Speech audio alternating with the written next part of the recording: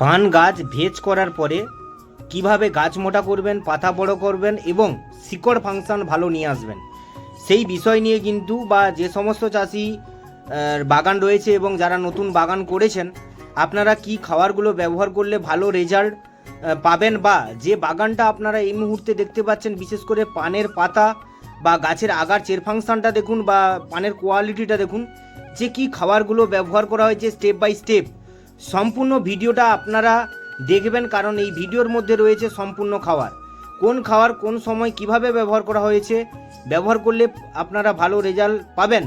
তাহলে বেশি কথা না বলে চলুন শুরু করা যাক অনিকেত এগ্রিকালচার পঞ্চাশ ইউটিউব চ্যানেলের ভিডিও।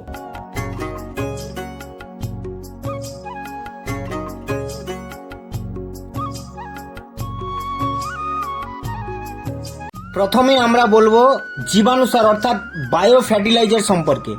পান গাছ নামানোর পরে মাটির ভিতরে ভালো যদি জীবাণু থাকে তাহলে কিন্তু গাছ দুটো মাটির সঙ্গে মানিয়ে নিতে পারে। এর জন্য কিন্তু 3টা গুরুত্বপূর্ণ জীবাণুসার ব্যবহার করা হয়। আমি আপনাদেরকে অনেক ভিডিওর মাধ্যমে বলেছি যে বেডের ভিতরে জীবাণুসার আমরা ভেজের সময় ব্যবহার করি। তো প্রথম হচ্ছে জীবাণুসার 3 প্রকারের, অ্যাজোটোব্যাক্টর, কেএসবি, পিএসবি। প্রথমটি হলো অ্যাজোটোব্যাক্টর। এটা হচ্ছে এই ব্যাকটেরিয়া বাতাস থেকে যে নাইট্রোজেন কি করে না মাটিতে ধীরে ধীরে জমা করে এবং গাছকে যোগান দেয়। নাইট্রোজেন কি করে আমরা সবাই জানি যে গাছের বৃদ্ধির জন্য খুব গুরুত্বপূর্ণ একটা ভূমিকা পালন করে। এতে গাছ দ্রুত বড় হয়, পাতা সবুজ হয় এবং শাখা প্রশাখা শক্ত হয়। দ্বিতীয়টি হলো কি না পিএসবি, ফসফেট সলিবল ব্যাকটেরিয়া।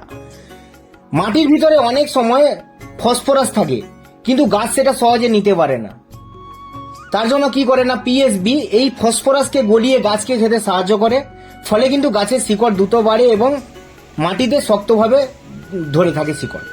তৃতীয়ত হলো KSB, phosphate soluble bacteria, potassium soluble bacteria.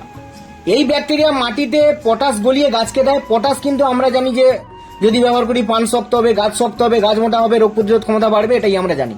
তাই পান গাছ নামানোর পরে অ্যাজোটোব্যাক্টর, কেএসবি, পিএসবি আপনারা যদি ব্যবহার করেন খুব দ্রুত শিকড় আসবে, গাছ সুস্থ থাকবে, গাছ মোটা হবে। এইটুকু বিষয় নিয়ে আপনাদের সামনে আজকে বললাম। এর পরবর্তীতে আপনাদেরকে যে বিষয়টা নিয়ে আমরা আলোচনা করব, যে এনপিকে সারের কথা, ক্যালসিয়ামের কথা, ম্যাগনেসিয়ামের কথা, বা এই যে বাগানে যে খাবারগুলো দেওয়া হয়েছে ক্যালসিয়াম, ম্যাগনেসিয়াম, কি অ্যামাইনো অ্যাসিড, রুট 90% এগুলো যে দেওয়া হয়েছে, এগুলো বিষয় নিয়ে কিন্তু আলোচনা করব। তবে হ্যাঁ, ভিডিওতে যদি ভালো ভিউজ আসে বা যে সমস্ত চাষি ভিডিওগুলো যেখান থেকে দেখছেন আপনারা যদি কমেন্ট করেন যে ভিডিও বানানোর জন্য, তবেই কিন্তু আমরা দ্বিতীয় ভিডিও দেব। আর এই গরমে গাছ ভালো রাখার জন্য, পান বড় করার জন্য অবশ্যই চ্যানেলটিকে সাবস্ক্রাইব করবেন এবং চ্যানেলটিকে